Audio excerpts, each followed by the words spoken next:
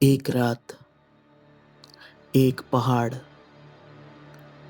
और बिना एक भी गोली चलाए एक लड़ाई जिसने 20 जिंदगियां ले ली। ये 2020 की बात है, लेकिन उसका असर आज तक है। आज हम बात करेंगे India versus China LAC border पे एक्चुअली क्या हो रहा है।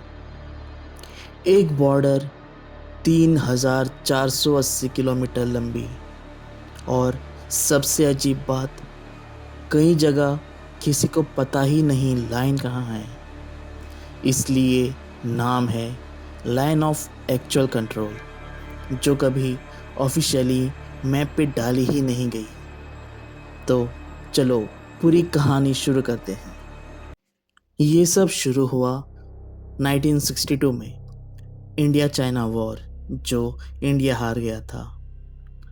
उसके बाद से बॉर्डर कभी प्रॉपर्ली डिफाइन नहीं हुआ।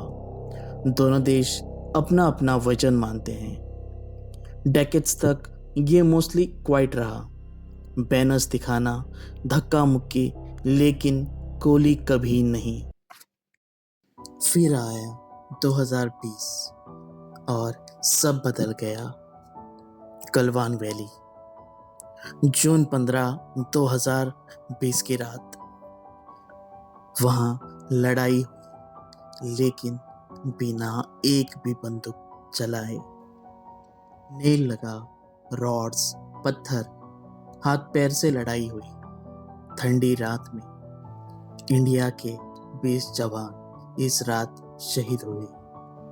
चाइना ने भी अपनी कैजुअलिटीज मानी, लेकिन एग्जैक्ट नंबर डिस्प्यूटेड है। 1975 के बाद ये पहली बार था जब यहाँ खून बहा। पूरी दुनिया ने इस बार नोटिस किया। उसके बाद शुरू हुआ 4.5 साल का लंबा स्टैंड ऑफ। टैंक्स, आर्टिलरी, हजारों ट्रूप्स बॉर्डर पे ले आए गए। ये सब लद्दाख के उन पहाड़ों में जहां सांस लेना भी मुश्किल है। डिप्लोमेटिक रिलेशंस पूरी तरह फ्रीज हो गई, फ्लाइट्स बंद, ट्रेड पे रेस्ट्रिक्शंस। सुन के लगता है वॉर लग ही जाएगी ना, लेकिन यही है असली ट्विस्ट। अक्टूबर 2024, एक बड़ी खबर है। India China patrolling agreement. दो जगह पे फोकस था, देपसांग और देमचोक, सबसे सेंसिटिव पॉइंट्स। इंडियन ट्रूप्स अपनी ट्रेडिशनल पेट्रोलिंग पॉइंट्स तक नहीं पहुंच पा रहे थे। एग्रीमेंट के बाद दोनों आर्मीज ने टेम्पररी स्ट्रक्चर्स हटा दिए। डिसएंगेजमेंट शुरू हुआ। फरवरी 2025 में पार्लियामेंट में कंफर्म हुआ। मतलब 2020 से पहले वाला स्टेटस क्यो काफी हद तक वापस आ गया। उसके बाद चीजें तेजी से बदली। मोदी जी 7 साल बाद चाइना गए। एससीओ समिट में शी जिनपिंग से मुलाकात। चाइना के फॉरेन मिनिस्टर वांग यी भी दिल्ली आए। डायरेक्ट फ्लाइट्स 5 साल के ब्रेक के बाद अक्टूबर 2025 में रेज्यूम हुई।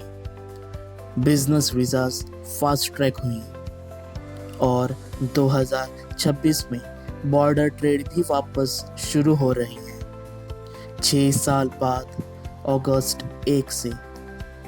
अब यहाँ ज़्यादातर वीडियोस बोल देते हैं कि दोस्ती हो गई है, सब ठीक है,